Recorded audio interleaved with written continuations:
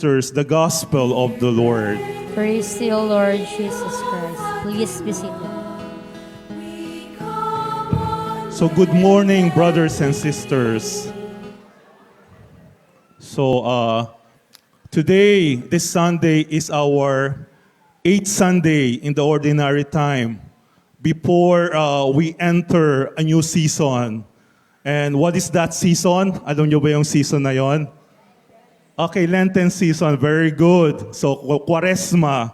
So, Ash Wednesday, we will start a new season, and that is the season of Quaresma. Okay. So, Lenten season.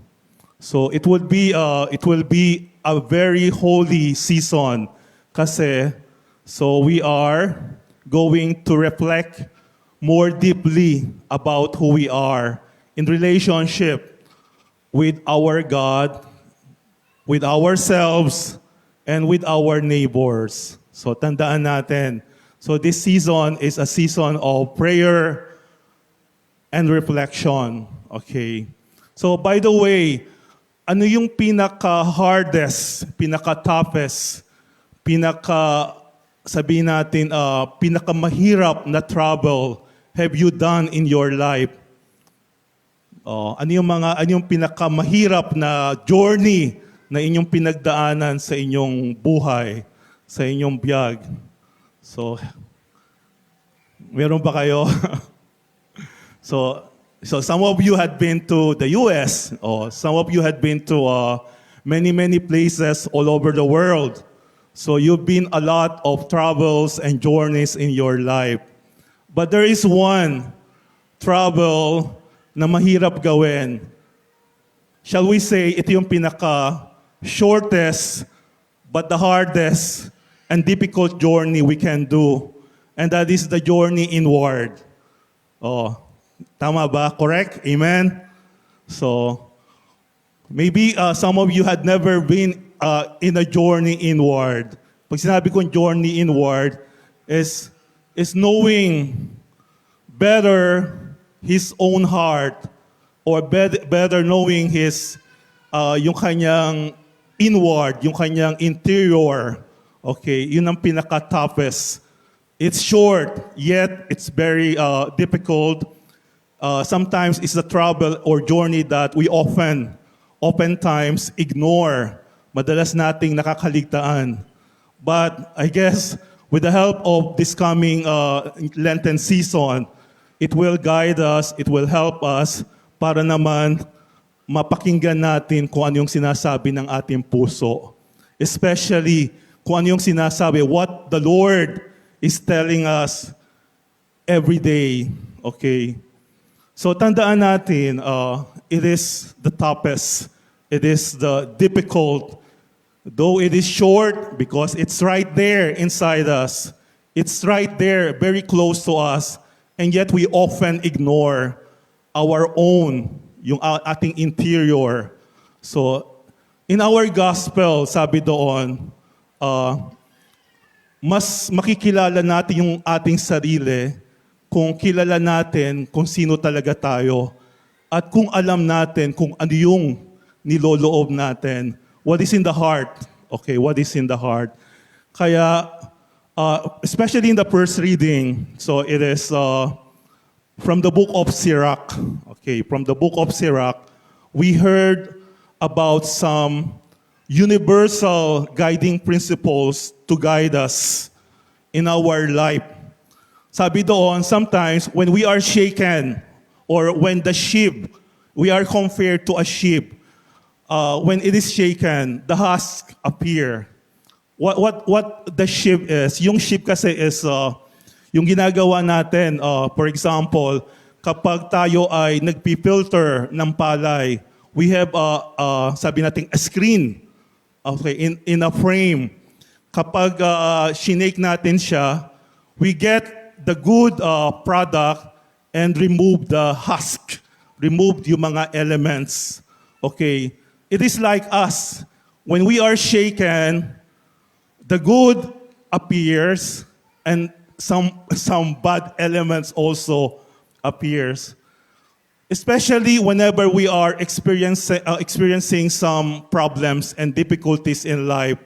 That is where when we are becoming, sabi natin, closer to who we really are, kung sino talaga tayo, when we are experiencing some difficulties in life, some uncertainties, some tribulation. It is a test, sabi nga in the first reading, according to the wisdom of the book of Sirach. So we are being tested every day through problems, through uncertainties, through difficulties, or whenever our lives are shaken, that is when we are being tested. And that's the way, it's a kind of journey towards who we really are in the face of God, in the face of ourselves, and in the face of our neighbor. So tandaan natin, it's okay. It's okay to experience some difficulties, some problems in life. Sometimes this is the way we are being tested in life. But in the gospel, there's a different twist in the gospel. Ang sabi doon, malalaman natin kung ano yung bunga.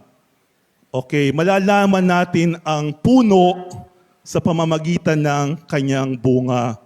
So sabi doon, if the person is good and a goodness in his heart is present, then it produces good. But an evil person, an evil man or woman, out of the store of evil in his heart or in her heart, produces evil. So malalaman natin yung ating sarili base doon sa kung ano yung nasa puso natin. Sometimes we are mesmerized, we are lured, we are enticed by what is outside.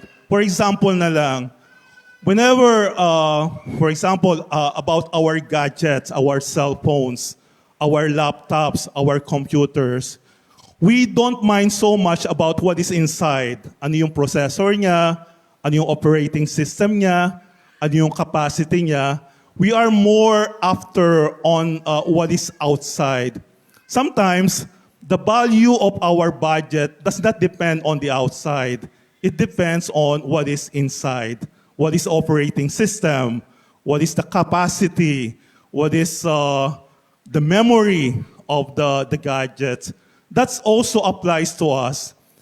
So the value of the person is not about, the external, for example, pleasing personality. It's not about that. So there's a lot of aspect to look at. Pwede yung kanyang character, pwede yung kanyang attitude, pwede yung kanyang intelligence, pwede yung kanyang, so many things to look at in order to know a person or in order to know who we are.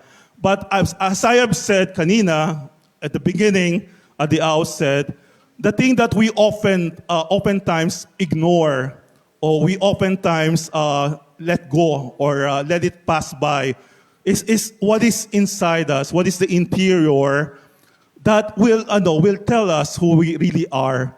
Kaya nga, sabi dito, we are given a kind of moral principle. Sometimes, in our relationship with others, mas napapansin natin kung ano yung puwing sa kanyang mata. Hindi po ba? Sometimes, mas hinahanap natin yung faults, kamalian, yung imperfection, yung shortcomings ng iba. But we don't we don't see our own shortcomings, our own imperfection, our own limitation. So sabi dito, mas nakikita natin yung puwing sa mata ng iba, pero hindi natin nakikita yung malatrosong puwing sa ating mata. So how can we say to the other person, how can we say to our brothers and sisters, remove your puwing, remove your, sabi natin, what blocks your eye to see things around. Kung hindi naman natin nakikita yung malatrosong puwing sa ating mata, alisin muna natin yung malatrosong puwing sa ating mata bago nating sabihin sa ibang tao, sa ating kapwa, "Hey brothers and sisters, may puwing ka sa iyong mata, kaya hindi ka makakita ng tama."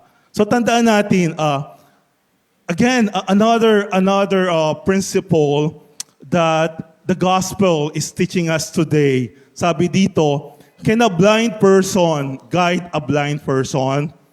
So if we are blind, can we guide?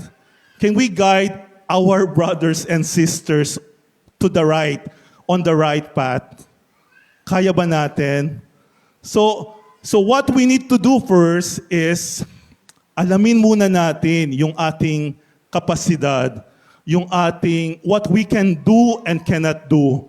What is the gift that God has bestowed on each of us?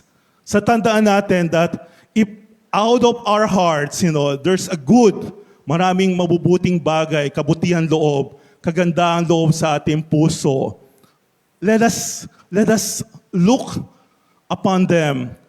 Gawin natin silang moral principle, our guiding principle, in order to produce a good fruit in our lives. Kaya nga, kung ang puno ay hindi maganda, anong mabuti ang pwede niyang ibunga?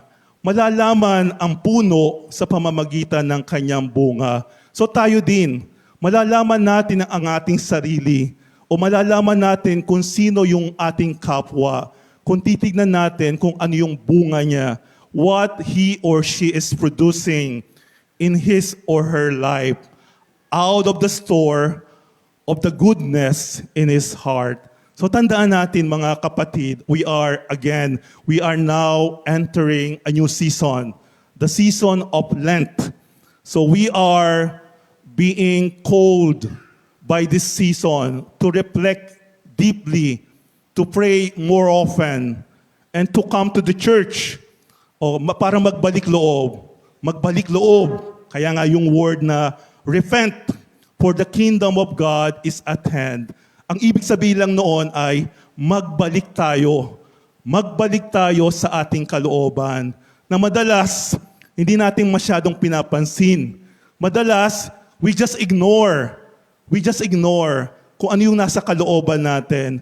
Patandaan natin, malalaman natin what is there sa ating kalooban kung ating siyang titignan, kung ating siyang dadalawin, kung ating siyang aalamin. Kaya nga, sa pagdating ng Lent, my brothers and sisters, nawa ito ang magbigay sa atin ng inspirasyon upang mas makilala natin kung sino tayo sa harap ng Diyos. Especially kung sino tayo in our relationship with our brothers and sisters, with our kapwa. Whenever we come to participate in this holy celebration, He's always inviting us to extend our life because of our busy, we are searching the interior of our life. And that is what is found, what can be found in let us try na maglakbay tayo. We take up the journey inward, and that is the journey that will lead us to God. Amen.